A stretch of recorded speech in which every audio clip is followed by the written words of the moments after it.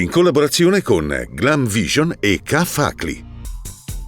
Violenza sulle donne, l'appello. Sono sorella di una vittima, di una ragazza che non vive più.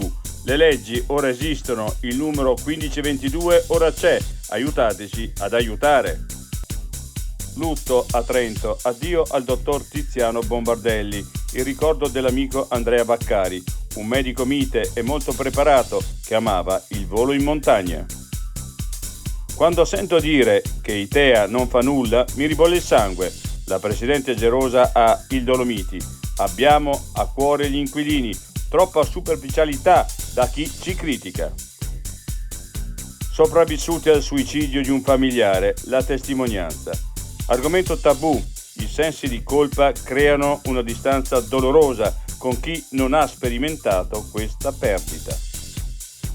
L'oppio Busa, cade l'ultimo diaframma della galleria di servizio. Fugatti, sappiamo le difficoltà di quest'opera, ma anche quanto è attesa dai territori.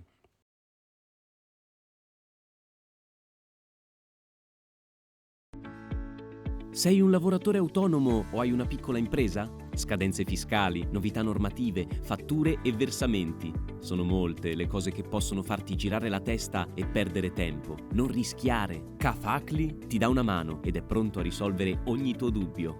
Grazie ad operatori esperti e con tariffe contenute avrai una consulenza completa anche nelle fasi iniziali, scadenze fiscali e previdenziali rispettate, uno strumento per la fatturazione elettronica, servizi anche online e a distanza, contabilità sotto controllo ma senza stress? Si può con K-Facli.